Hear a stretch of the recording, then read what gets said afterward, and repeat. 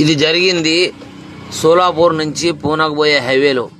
RTO దొంగ లంచా కొడుకు highway మీద బండ్లని ఆపడానికి వీలే లేదు. చెక్ పోస్ట్ పెట్టుకొని ఆపాలి, లేకపోతే ఎర్ర జెండాలు చూపించి పార్కింగ్ ప్లేస్ దగ్గర ఆపాలి.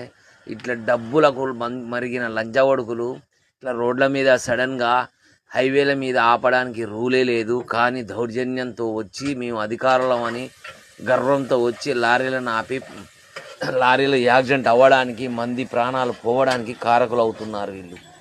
అన్ఎక్స్పెక్టెడ్గా ఊహించని తీరులో సడన్గా బండ్లకు అడ్డం రావడం, డ్రైవర్లు స్పీడ్లో 50 స్పీడ్లో ఉన్నప్పుడు సడన్గా బ్రేక్ కొడితే ఆగకపోవడం, వెనకాల వచ్చే వాళ్ళు గుద్దుకోవడం, ఇట్లాంటి యాక్సిడెంట్ జరుగుతున్నాయి.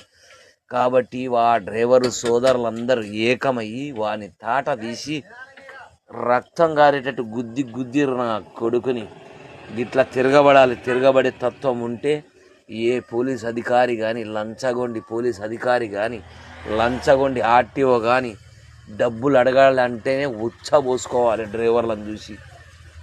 అట్లా చేయాలి తమ్ముళ్ళు.